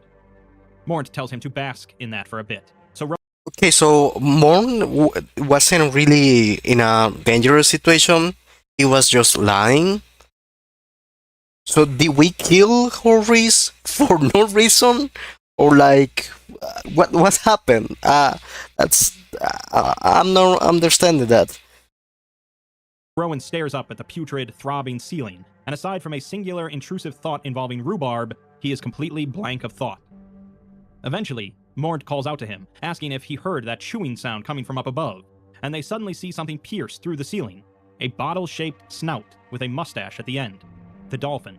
The The dolphin dolphin. ate through the flesh for the sole determined purpose of meeting with Rowan once again, and it squirms its way out of the inflamed hole, flopping down onto the floor beside Rowan and Mort. Mort slowly backs away from them as the dolphin rises upright, dripping in interstitial fluid, and it looks like it's practically frothing at the mouth, but it politely apologizes for the delay. Rowan exasperatedly says that this isn't happening, and asks what it could possibly want, but it says that it's actually here for what he wants. It leans in close, staring into the gaping opening in Rowan's belly, and remarks that someone left the door open. Rowan tells it to get away from him, and it says that it was under the impression that what he wanted was information about the Society Town finale, but now he wants it to leave. Rowan says yes, and it proceeds to lunge at Rowan's body. Rowan flies through the air faster than he's ever flown before, and he can't see where he's going until he wipes the blood and bile out of his eyes. He's flying through a beautiful blue sky above a meadow, and he can see a So the dolphin wants to get out or something like that? That's what I'm getting at? windmill with a sad little man clinging to the top of it. He feels a strong kinship to the sad little man on the windmill, and feels powerfully for his plight, so he flies down to say hello, but he doesn't slow down first. The text at the end appears completely garbled, aside from the words, "Truth be told, I wish I never got better," and the words, "Roll credits, commercial break." A video file shows the credits as a series of crude, abstract, and disturbing images, alongside a rising cacophony of sounds. Approximately 19 minutes after entering the extra-dimensional space, researcher Rowan Raster exited through the same building, at which point he was transported to a Foundation rehabilitation and debriefing center. While in transport, Rowan reportedly spit out a digital camera and notebook, chipping a tooth in the process, but he otherwise was physically uninjured and superficially normal in appearance. He was found to be physically stable and healthy, with no anatomical changes, and demonstrated no unusual psychological changes apart from a previously undisclosed fear of dolphins. The only confirmed changes were a benign anomalous effect manifesting when photographing him. He voluntarily turned over all of his records of the expedition, but firmly refused to offer his own interpretations on any of the events. Additionally, he has gone on record strongly discouraging future expeditions or research into SCP-8060. Right. The last thing we're given is the Site 433 Director's report on 8060, which reads, "What can we learn from all of this?" That's what everyone's asking. The O5 have sent all their little clipboard men to tag along with the cleanup team, and I can't even look at one without them asking, how could incidents of this nature be avoided or diminished in the future? Like I'm back in boarding school and I got caught with my shirt untucked. I kept telling them I'd get back to them with a full report later. I still can't think of the bureaucratic way of saying, I don't know, so chalk the tone here up to psychological stress. It won't be the first time. Things are getting worse. I haven't been around as long as most people think, but I've made it my duty to read through the files, and things weren't always like this. I'm not saying it was ever easy. It's always been the fate of the world, but it used to be so much clearer. No matter how big a problem was, we at least knew what shape it was, what it'd do, and how to throw money at it. Enough telekill, enough hydrochloric acid, enough human bodies, and we could hold things down. Sure, we were dealing with magic from time to time, but we were men of science, and we could always pick apart the logic of these things enough to see the patterns, if not the mechanisms. That's all feeling more and more delusional. Now, we still have the big monsters with massive teeth and the sapient thunderstorms and the demonic artifacts, but we've also got new types of existence, unfamiliar types of thought. We can't even understand what we're looking at if we scratch a millimeter below the surface of some of these things. We're still going through the motions of approaching it scientifically, but it's theater. Every time someone at Site 433 calls a tune what it is, instead of saying a Lucinari class, I get a memo from the higher-ups, but that doesn't get us any closer to understanding what they actually are or how they work. It just lets us pretend that they're in a tidy, predictable category. There is no predictability, and even trying to engage with it in the conventional ways can be dangerous. Most of the time, you can't tell if you're getting too close, or if there is a too close, until you've crashed face first into it. Testing used to be routine, but lately it feels like a game of Russian roulette. I'll tell you, Rowan is on paid leave right now because he insisted we stop investigation into SCP-8060. If he told me he wanted to go back in for another look, I think I would have killed him on the spot. Even when we do make progress, it doesn't feel right.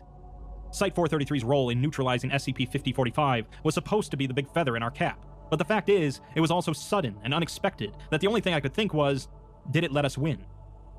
I'm not sleeping any easier, and I don't think I don't know anyone else which involved one is that either. that There's was. no such thing as just solve that is- problems anymore. Not for anything that matters, at least. I was the one to propose the contingency plan for SCP-8060, the one where we erase all traces of Society-Town off the face of the Earth. And I know it's basically a fantasy. There is essentially zero chance we could get approval and material support for a response of that magnitude before it's too late. And I honestly have no clue if it would even help things, or make them so much worse. I know Site 433 isn't alone here. All over the Foundation, I hear about teams sitting on time bombs they can't comprehend and can't explain, so they tell everyone not to touch it, and make grandiose plans that they pray they'll never have to think about again.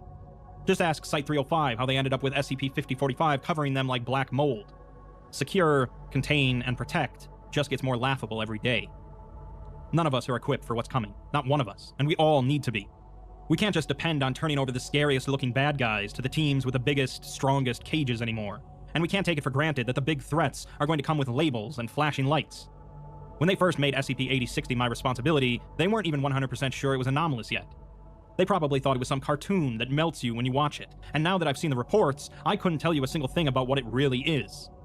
If it turns inside out one day without warning, and the things Rowan showed me come out to say hello, do you think Site 433 is going to be equipped to handle it? Our whole site budget is barely as much as the Foundation spends on SCP-2761, the giant banana monster.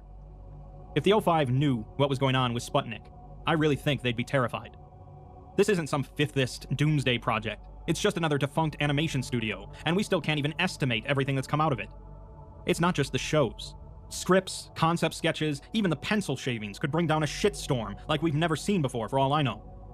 There's no reason that there couldn't be dozens, hundreds of little powder kegs just like Sputnik around the world, just waiting to blow up for reasons we'll never understand.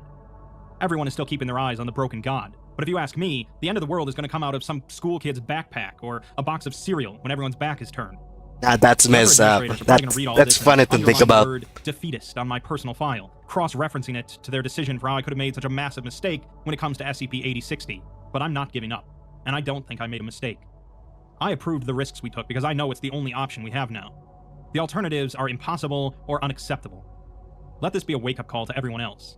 Until we can find a brand new way to approach anomalies, all anomalies, we need to get used to things going in directions we don't expect and don't want. We can't treat these sorts of incidents as unfortunate accidents. They're the rule, not the exception. That's all, folks. The last thing we're given is a photograph of Rowan sitting in the Foundation Rehabilitation and Debriefing Center, but rather than looking like a person, he looks like a depressed cartoon character. I don't think there's really much point in me attempting to decipher this article or explain it, as it's pretty much meant to be inscrutable. It's sort of like a nightmare that, in hindsight, is just utterly ridiculous, but is terrifying while experiencing it. The SCP universe is founded on things that break the rules of reality, but there's generally still a logic to the way these anomalies break logic. When it comes to art anomalies, however, things can break down even further, as art is not required to run on any sort of logic or make any sort of sense. Once again, it's scary how, in the SCP universe, doing even an incredibly minor and mundane thing, such as looking up information about a children's show, can lead to an infinite nightmare of which there's no escape. Rowan did manage to make it back out of the ordeal, but it's very likely he'll never be close to the same as he was before. Sometimes, you don't just wake up from the nightmare. Like, wow. Like the idea of Toontown, I mean that it's really like there's nothing like a big grandiose final, but it's really interesting. It was one interesting SCP.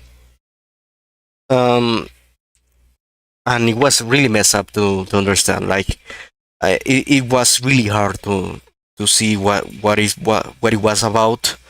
Um, I I think that I need to try to speak slowly, because a lot of times what happens is that when I'm trying to speak faster than I'm used to, I tend to mess up so many words.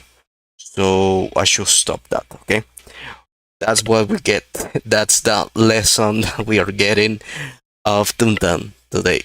Um no, but really, so good.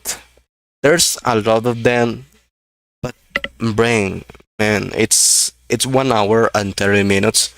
For example, I also gonna react to at least I have to react to this one from Big Boy 2 that recommended to me this one too.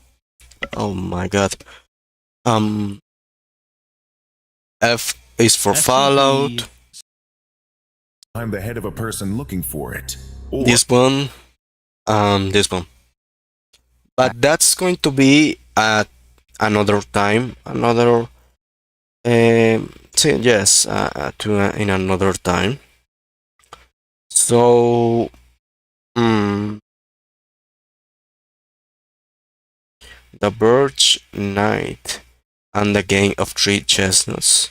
There's a lot of interesting recipes that I wanted to read, but the problem is that they are so long, they take so many time that it's really difficult to cover all of those things.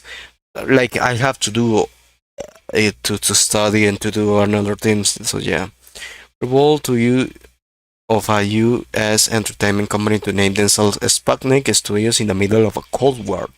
I think the real anomaly here is why they didn't get Red scared. Toby was accused. Yeah, because he has the same kind of cartoonish style.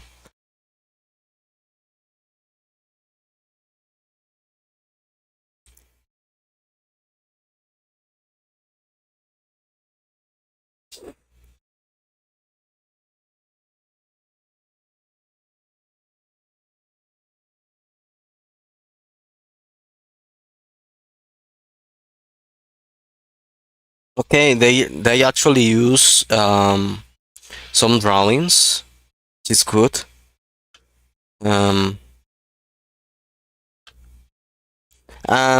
monetization reasons, I guess.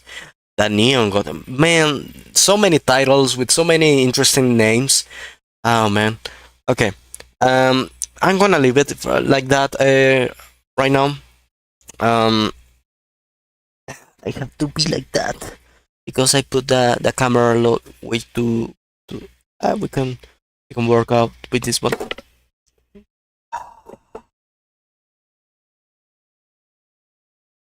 Right there, right. Some more or less. No, wait, right. Yeah. We are going to leave it like that. So see you another time, another day. Ciao, ciao.